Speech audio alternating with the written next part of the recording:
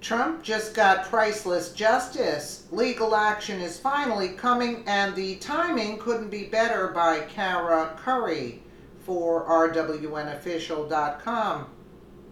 As more is revealed about the level of corruption and the degree of conflict of interest that exists within Special Counsel Robert Mueller's team, it becomes more abundantly clear Mueller's many actions are a stain upon the legacy of American jurisprudence. President Donald Trump is not now suggesting that angry Democrats on Special Counsel Robert Mueller's team could potentially face legal action over these conflicts of interest. President Trump states the 13 angry Democrats in charge of the Russian witch hunt are starting to find out that there is a court system in place that actually protects people from injustice, and just wait till the courts get to see your unrevealed conflicts of interest. So it was right, I did read that right, that he's looking to prosecute them. I would be happy about that. Naturally, CNN was quick to point out that President Trump did not provide proof of the alleged conflicts, yet CNN themselves have previously reported that several members of Mueller's team have donated to Democrats, several exclusively so. A handful more either work directly with or for Hillary Clinton or Barack Obama in some prior capacity. That wouldn't even be difficult to prove that they have political bias. Russia's meddling in the 2016 election also has been the subject of several Republican-led congressional inquiries. President Trump has suggested his probe is being drug out as a means to damage Republican chances at re-election, and that is true.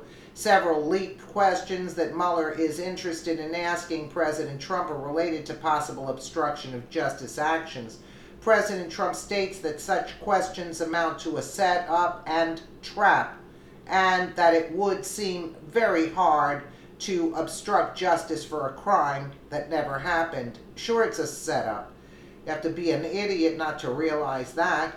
Last month, President Trump also stated on Fox and Friends that he might, at some point, step in and take action against the Justice Department, which is overseeing the special counsel investigation.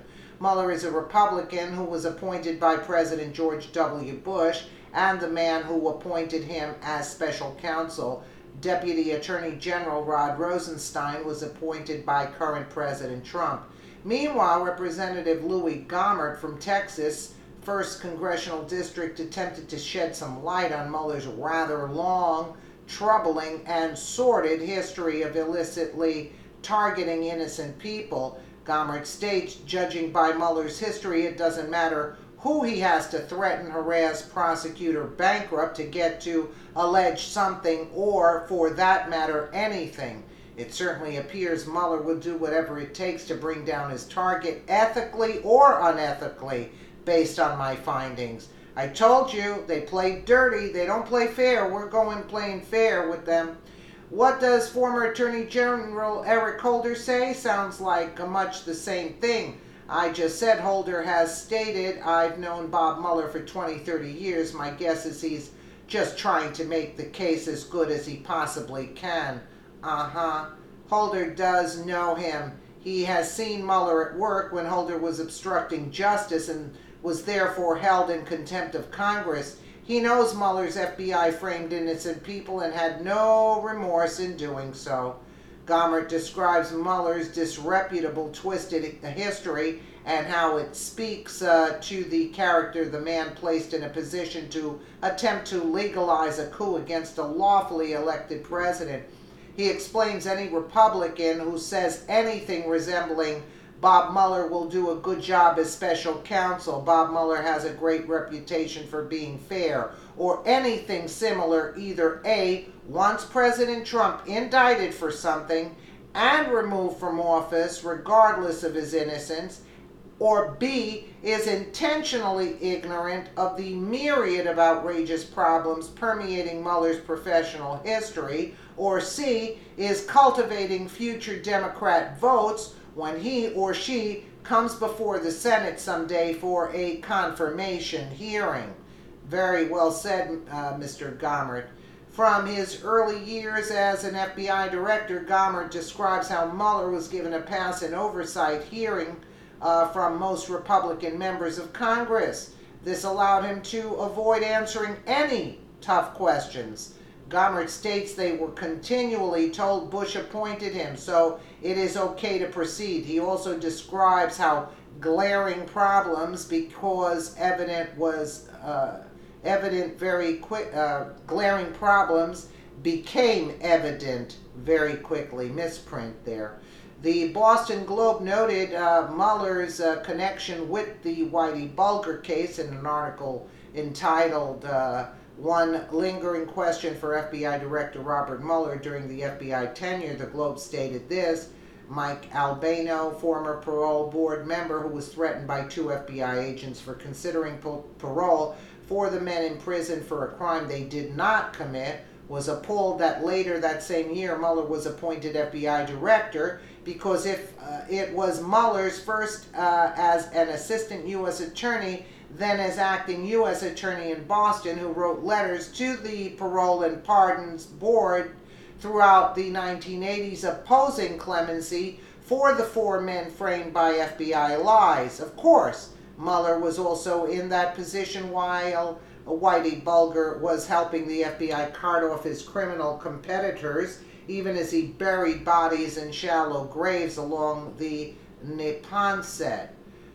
During this time, Mueller was the head of the criminal division as assistant U.S. attorney and then later as acting U.S. attorney. No explanation as to exactly why Mueller insisted on keeping the defendants in prison that FBI agents in the pocket of Whitey Bulger had framed for a you-know-what they did not commit can be found anywhere. Perhaps not good people themselves, nevertheless not guilty of these crimes. However, it is indicative of a larger and more insidious pattern demonstrating Mueller's penchant for convicting and putting people in jail he dislikes, even if they were innocent of charges, much more so than he was with ferreting out the truth. Mueller bore no responsibility for $100 million paid to the defendants who were framed by FBI agents under his control either. As the Boston Globe noted, thanks to the FBI's corruption, taxpayers got stuck with the $100 million bill for compensating the framed men, 2 of whom, Greco and Tamilio, died in prison. Of note, the New York Times had this to say of the relationship. In the 1980s, while FBI agent Mr. Connolly was working with Whitey Bulger, Mr. Mueller was assistant U.S. State's attorney in Boston in charge of the criminal division, and for a period was the acting United States attorney here, presiding over Mr. Connolly and Mr. Bulger as a top echelon informant. Officials at the Massachusetts State Police and the Boston Department had long wondered why their investigations of Mr. Bulger were always compromised before they could gather evidence against him, and they suspected that the FBI was protecting him. Now there's a surprise. Frankly, if Mueller had no knowledge that the FBI agents were were actively engaging in criminal activity, then he was so blind as to be woefully unfit for any type of criminal case supervision. Either way, Mueller actively helped to contribute to the damages as he helped to frame individuals by working to prevent them from being paroled from prison, even while their charges were in the process of being completely thrown out of court. Notice also the evidence of a pattern throughout Mueller's career, the leaking of information to disparage Mueller's target.